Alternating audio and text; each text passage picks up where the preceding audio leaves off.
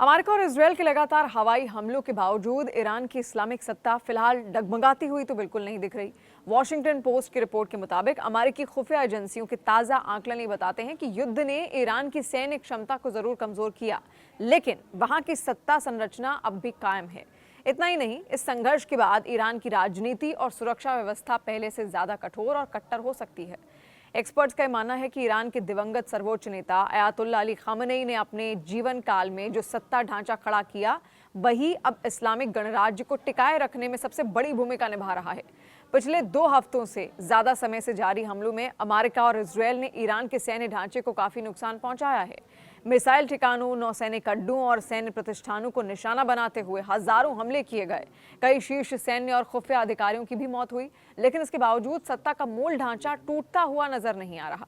इसके पीछे सबसे बड़ा कारण वो संस्थागत ताकत है जिसे खामेनी ने वर्षों में मजबूत किया, यानी इस्लामिक रेवोल्यूशनरी गार्ड कॉर्प्स। विश्लेषकों का यह कहना है कि यही वो संगठन है जिसने ईरान की राजनीतिक, आर्थिक और सुरक्षा व्यवस्था को मजबूती से थाम रखा है। इसलिए भले ही नेतृत्व में बदलाव हुआ हो, लेकिन सत्ता का वास्तविक नियंत्रण इसी तंत्र के हाथ में बना हुआ है।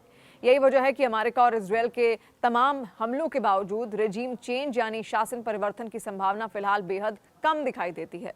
दरअसल ईरान की सत्ता संरचना वर्षों में इस तरह बनाई गई है कि वो किसी एक व्यक्ति पर पूरी तरह निर्भर नहीं रहती। खामेनी के दौर में सुरक्षा तंत्र और धार्मिक नेतृत्व के बीच ऐसा संतुलन बनाया गया था जो संकट के समय भी व्यवस्था को बनाए रख सके।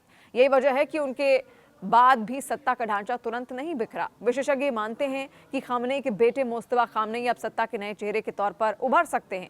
हालांकि माना जा रहा है कि वो अपने पिता की तरह पूरी तरह स्वतंत्र सर्वोच्च नेता की भूमिका में नहीं होंगे, बल्कि IRGC के साथ मिलकर सत्ता का संचालन करेंगे।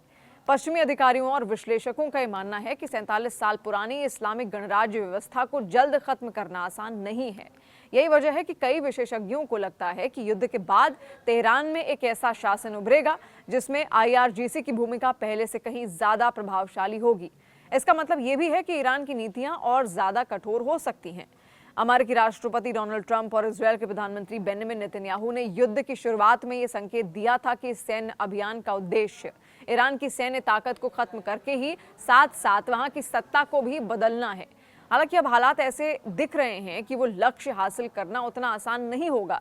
अमेरिकी खुफिया एजेंसियों ने युद्ध शुरू होने के बाद से कई आंकलन तैयार किए। इन रिपोर्टों के मुताबिक ईरान का शासन तंत्र फिलहाल बना रहेगा और संभव है कि युद्ध के बाद वो और ज्यादा आक्रामक रुख अख्तियार कर ले। रिपोर्ट में यह भी कहा गया है कि ईरान की सत्ता यह संदेश देने की कोशिश करेगी कि उसने अमेरिका के दबाव का सामना किया और टिके रहने में वो कामयाब भी रही।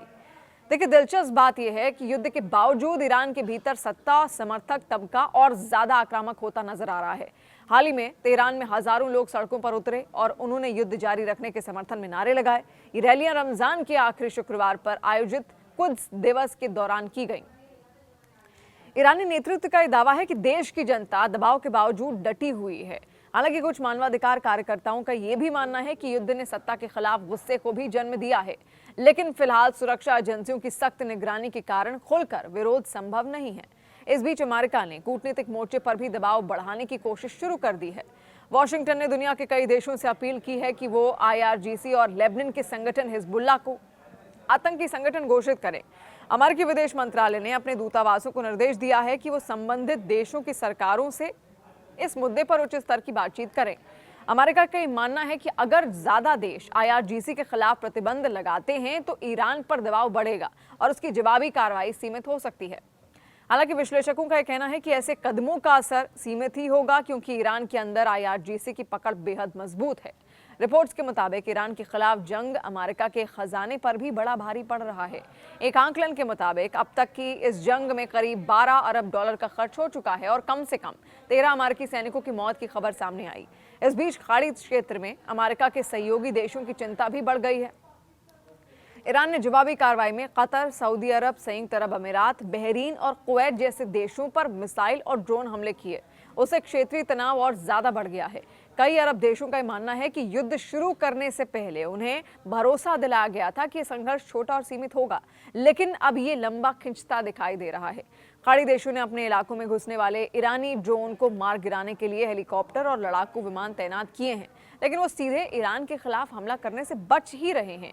उन्हें डर है कि ऐसा करने से ईरान और ज्यादा आक्रामक हो सकता है और क्षेत्र के नागरिक ढांचे को निशाना बना सकता है।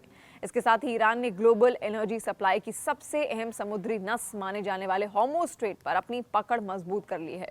इस जलमार्ग से दुनिया का बड़ा हिस्सा तेल और गैस की सप्लाई करता है, लेकिन युद्ध के बाद यहां से गुजरने वाले जहाजों की संख्या काफी कम हो गई है। इससे वैश्विक तेल बाजार में अस्थिरता बढ़ गई है।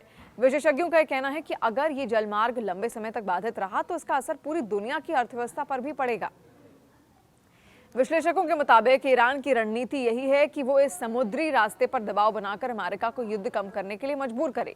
ईरान के पास बड़ी संख्या में ड्रोन मौजूद हैं और वो सीमित बची हुई देखिए मिसाइलों के साथ इस जलमार्ग से गुजरने वाले जहाजों पर भी नजर बनाए हुए है।